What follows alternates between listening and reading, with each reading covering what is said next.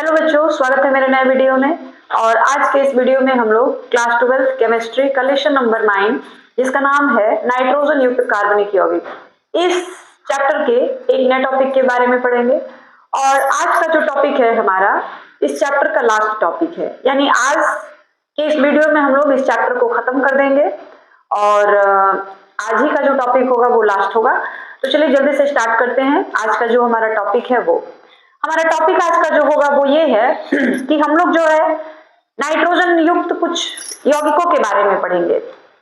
Amine के बारे में हमने पढ़ा था, वह भी एक नाइट्रोजन युक्त यौगिक है। आज हम लोग कुछ दूसरे जो नाइट्रोजन युक्त कार्बनिक यौगिक हैं उनके बारे में पढ़ेंगे, उनके गुणों के बारे में, उनके उपयोग के बारे में। ठीक है, तो चलिए स्टार्ट करते हैं। आज का जो है एथिल एमीन।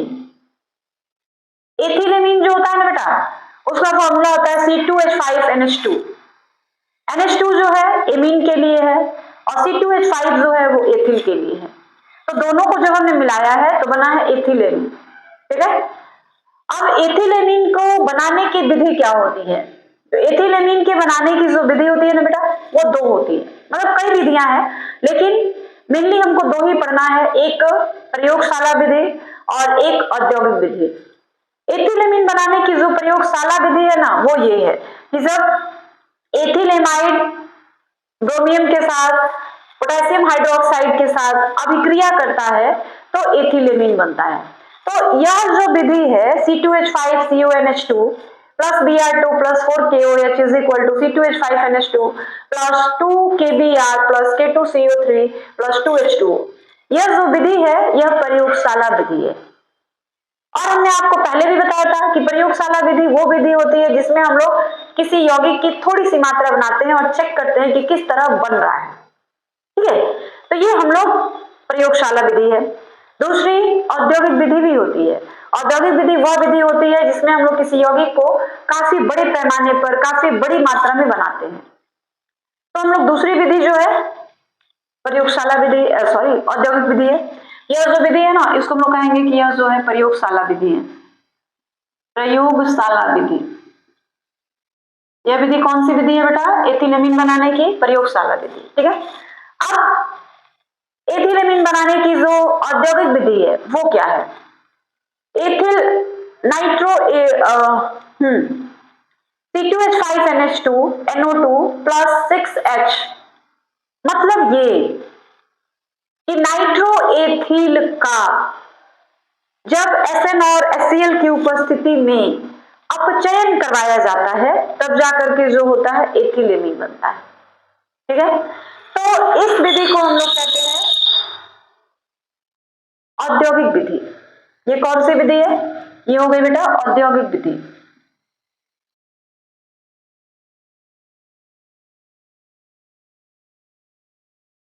ठीक है, और एक तीसरी भी विधि है CH3CuNH2 यानी मेथिलेमाइड का लिथियम एल्युमिनियम हाइड्राइड की उपस्थिति में जब हम लोग अपचयन करवाते हैं तो फिर से हमारा एथिलेमीन और जल बनता है। तो ये कई सारी विधियां हैं एथिलेमीन बनाने की, जिसमें यह जो है प्रयोगशाला विधि है, यह जो है औद्योगिक विधि है और यह एक अन्य विधि है। ठीक है, उसके बाद है एथिलेमीन बन गया, उसकी भौतिक गुण क्या क्या है? तो एथिलेमीन के भौतिक गुण देखिए, पहला है एथिलेमीन साधारण ताप पर अमोनिया जैसी गंध देता है। इसका क्वथनांक 19 डिग्री सेल्सियस होता है। देखिए 19 डिग्री सेल्सियस होता है। दूसरा, एथिलेमीन जल में विलेय होता है और इसका जलीय विलयन जो होता है क्षारीय होता है। मतलब ये बेटा कि जो एथिलेमीन होता है वो जल में विलेय होता है और इसका जो जलीय विलयन होता है ना बेटा वो क्षारीय होता है। क्षारीय है कि नहीं कैसे चेक करोगे? तो उसमें जब हम लोग लाल लिटमस पत्र को डालेंगे ना तो वो नीला हो जाएगा, इसका मतलब वो क्षारीय है। और अगर नीले को डाला गया लाल हो गया तो इसका मतलब वो अम्लीय है। तो एथिलेमीन का जो जलीय विलयन होता है वो क्षारीय होता है और एथिलेमीन जल में विलेय होता है।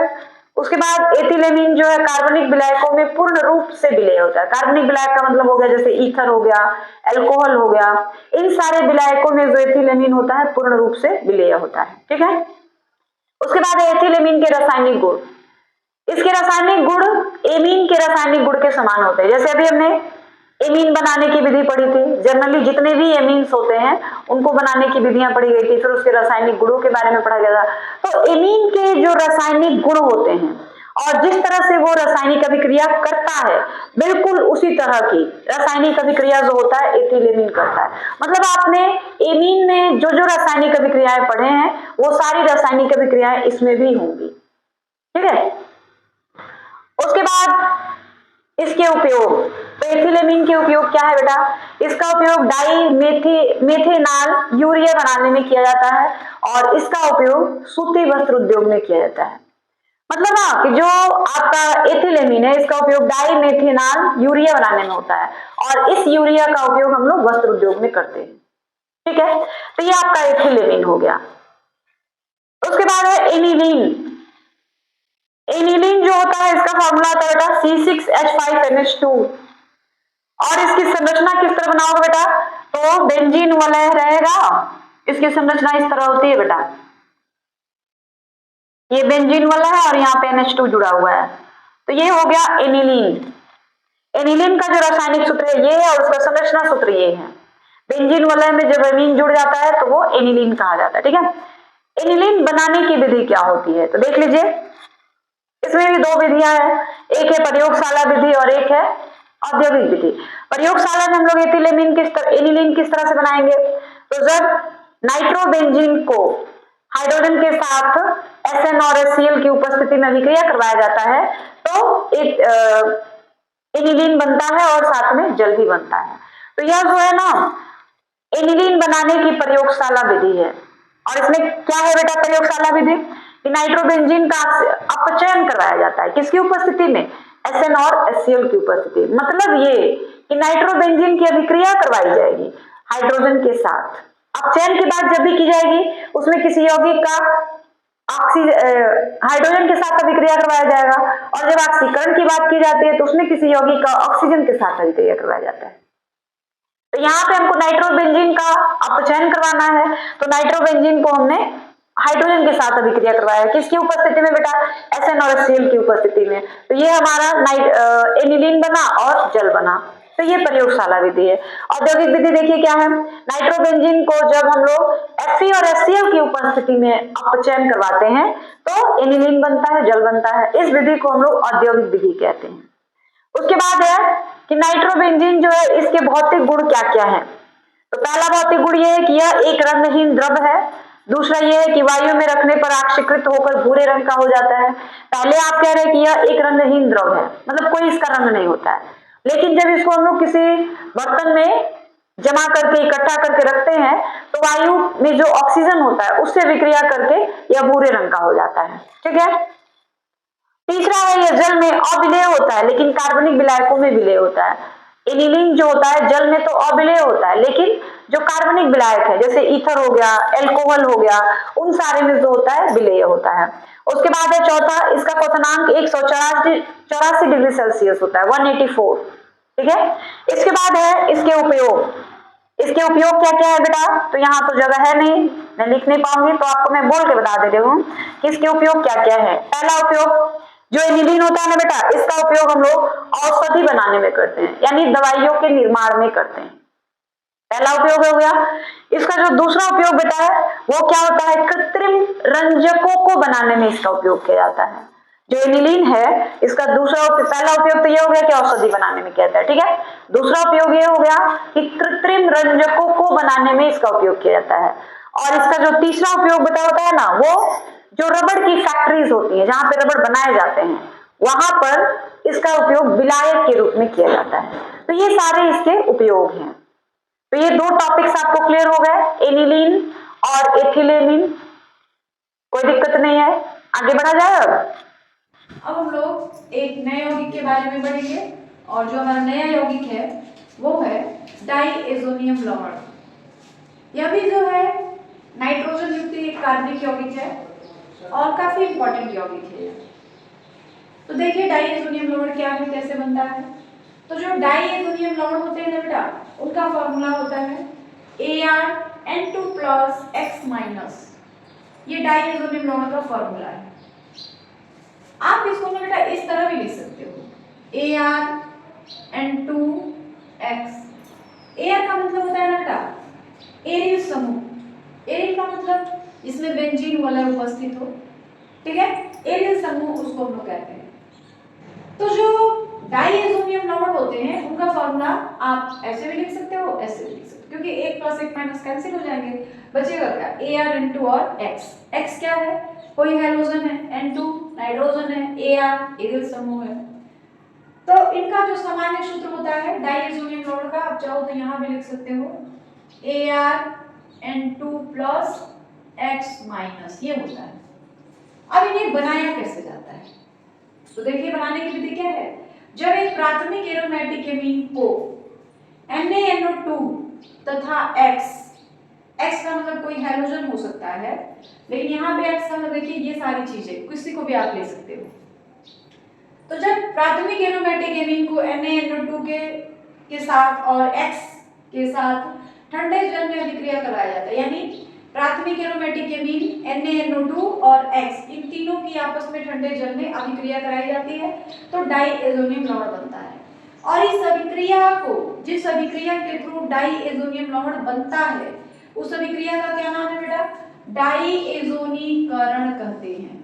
मतलब जिस अभिक्रिया के थ्रू ये डाइएजोनियम लवण बनता है उसका नाम है डाइएजोनीकरण। तो जिस अभिक्रिया के थ्रू ये बनता है उस अभिक्रिया का नाम है डाइएजोनीकरण, ठीक है। और इनका जो संरचना सूत्र होता है, संरचना होता है वो इस टाइप का होता है, संरचना इनका इस टाइप का, ठीक है। जैसे benzene diazonium chloride, benzene diazonium chloride है बेटा एक डाइएजोनियम लवण है, ठीक है। तो ये तो हो गया कि डाइएजोनियम लवण जो होते हैं बनते कैसे हैं, उनका सूत्र क्या होता है, संरचना क्या होता है। तो डाइएजोनियम का सूत्र ये हो गया, उनकी संरचना ये हो गई, और बनता कैसे है बेटा, डाइएजोनीकरण अभिक्रिया के थ्रू बनता है। डाइएजोनीकरण होता क्या है कि जब प्राथमिक एरोमेटिक एमीन को NaNO2 और X के साथ ठंडे जल में अभिक्रिया कराई जाती है तो उससे ही डाइएजोनियम लवण बनता है। अब डाइएजोनियम लवण के भौतिक गुण क्या है। पहला, इनके जलीय विलीन विद्युत के चालक होते हैं, ये जल में विलेय होते हैं, ये ठोस अवस्था में विस्फोटक होते हैं, और इनके लवण अस्थायी होते हैं। सारी चीजें क्लियर है, क्या क्या चीजें हैं। उसके बाद है रासायनिक गुण। रासायनिक गुण मतलब जो डाइएजोनियम लवण है उसकी अभिक्रिया दूसरे यौगिकों के साथ आपको लिखनी है। तो पहला रासायनिक गुण क्या है, देखिए सैंडमायर अभिक्रिया। तो ये जो है अभिक्रिया है सैंडमायर अभिक्रिया। अब बेटा इसकी जगह पे आप ये भी लिख सकते हो C6H5N2Cl, इसकी जगह पे आप ये लिख सकते हो C6H5Cl। तो इस तरह से जो अभिक्रिया होती है उसे ही हम लोग क्या कहते हैं, सैंडमायर अभिक्रिया कहते हैं। उसके बाद दूसरी अभिक्रिया है इसकी गाटरमान अभिक्रिया। गाटरमान अभिक्रिया क्या है बेटा, जब डाइएजोनियम लवण को हैलोजन अम्लों के साथ Cu की उपस्थिति में गर्म करते हैं तो इस अभिक्रिया को बेटा गाटरमान अभिक्रिया कहा जाता है, ठीक है। और यह अभिक्रिया होती कैसे, यहाँ पे एक उदाहरण लिखा गया है गाटरमान अभिक्रिया का, ठीक है। इसका जो तीसरा रासायनिक गुणधर्म है वो क्या है कि जब डाइएजोनियम लवण को इथेनॉल के साथ गर्म किया जाता है तब ये देख लीजिए इस तरह से बनता है, नाइट्रोजन अलग हो जाता है, जल अलग हो जाता है। तो इस अभिक्रिया को मतलब जो इथेनॉल के साथ इसकी अभिक्रिया होती है वो इस तरह की होती है। तो ये जो थे उसके जो डाइएजोनियम लवण है उसके रासायनिक गुण और भौतिक गुण। अब इसके उपयोग, इसका महत्व, क्या महत्व है इसका, उपयोग क्या है, इनका उपयोग क्या है। इनका उपयोग फ्लोरोबेंजीन, क्लोरोबेंजीन, ब्रोमोबेंजीन, आयोडोबेंजीन बनाने में किया जाता है। दूसरा इनका उपयोग है, इनका उपयोग विभिन्न प्रकार के रंजकों को बनाने में किया जाता है। इनका जो उपयोग होता है ना विभिन्न प्रकार के रंजकों को बनाने में किया जाता है। तो ये इसके जो डाइएजोनियम लवण है उसके बनाने की विधि है, उसके सूत्र है, उसके रासायनिक गुणधर्म, भौतिक गुणधर्म और उपयोग, ठीक है। चीजें क्लियर है सब कुछ, कोई दिक्कत नहीं है, आगे बढ़ा जाए। अब हम लोग अगला जो टॉपिक है वो पढ़ेंगे प्राथमिक, द्वितीयक और तृतीयक एमीन में अंतर। और यही जो है इस लेसन नंबर 9 नाइट्रोजन युक्त कार्बनिक यौगिक का लास्ट टॉपिक है। ठीक है, तो देखिए प्राथमिक एमीन, द्वितीयक एमीन और तृतीयक एमीन में क्या अंतर है। पहला, प्राथमिक एमीन जो होता है NaNO2 से विक्रिया करने पर N2 गैस बाहर निकलती है और अल्कोहल प्राप्त होता है। NaNO2 से जब विक्रिया करता है कोई भी प्राथमिक एमीन तो N2 गैस निकलती है और अल्कोहल प्राप्त होता है। लेकिन जब कोई द्वितीयक एमीन NaNO2 से विक्रिया करता है तो पीले रंग का नाइट्रोसोएमीन देता है। पीले रंग का एक यौगिक प्राप्त होता है, उस यौगिक का नाम है नाइट्रोसोएमीन। ठीक है, और तृतीयक एमीन जब NaNO2 के साथ विक्रिया करता है तो क्या बनता है, यह नाइट्राइट लवण बनाता है। तो ये पहला अंतर हो गया। दूसरा अंतर क्या है बेटा कि CHCl3 यानी इसे को हम लोग कहते हैं क्लोरोफॉर्म। क्लोरोफॉर्म के साथ अल्कोहलीय KOH से विक्रिया कर कार्बिल एमीन देता है। जो प्राथमिक एमीन होता है वो क्या करता है, CHCl3 अल्कोहलीय KOH की उपस्थिति में विक्रिया करता है तो कार्बिल एमीन देता है। और द्वितीयक एमीन CHCl3 के साथ कोई अभिक्रिया नहीं करता, तृतीयक एमीन भी कोई अभिक्रिया नहीं करता। फिर CH2 या HgCl2 के साथ अभिक्रिया, तो प्राथमिक एमीन क्या करता है, CH2 HgCl2 के साथ अभिक्रिया करता है तो मस्टर्ड ऑयल की तीव्र गंध वाले यौगिक प्राप्त होते हैं। लेकिन जो द्वितीयक एमीन होता है इसके साथ कोई अभिक्रिया नहीं करता है, तृतीयक एमीन भी इसके साथ कोई अभिक्रिया नहीं करता है। तो ये थे जो प्राथमिक एमीन है, द्वितीयक एमीन है और तृतीयक एमीन है उसमें प्रमुख अंतर। ठीक है, तो इस तरह से आज के वीडियो में बस इतना ही। और आज जो है क्लास 12 चैप्टर नंबर 9 जिसका नाम है नाइट्रोजन युक्त कार्बनिक यौगिक, ये चैप्टर पूरी तरीके से खत्म हो गया है। एनसीईआरटी बुक के हिसाब से जितने भी उस चैप्टर के अंदर टॉपिक्स हैं सारे टॉपिक्स पर हमने डिस्कस किया हुआ है।